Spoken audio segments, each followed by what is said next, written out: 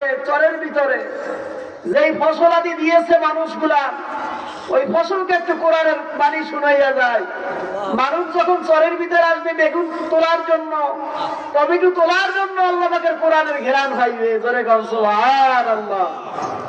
তদ্রুপ আমরা আজকের মাইক লাগাইছে, দুনিয়ার মানুষ যদি নাও শোনে, এলাকার তরু লতা কীট পতঙ্গ গাছপালা শুনবে কি শুনবে না, আল্লাহ কিয়ামতের ময়দানে তারা আমাদের জন্য সাখায়াত করবেন। জোরে গাও সুবহানাল্লাহ। আমি ভাইদেরকে অনুরোধ করব, যারা দোকানপাটে আছেন, রাস্তাঘাটে আছেন, আশেপাশের বাড়িতে বসা আছেন, সজাগ আছেন, আমি দুই হাত অনুরোধ করে বলে যাই, বন্ধু, এই মাহফিল কিন্তু আর কিছুক্ষণ বলা থাকবে না। এটা হতে পারে আপনার আমার জীবনের শেষ মাহফিল। ও বন্ধু, গত বছর এলাকায় মাহফিল হয়েছিল, এলাকার ভিতরে তালাশ করিয়ে দেখেন গত বছর জীবিত ছিল, এই বছর আমাদের মাঝে আর না। আল্লাহ আমাদেরকে এই বছর আবার কবুল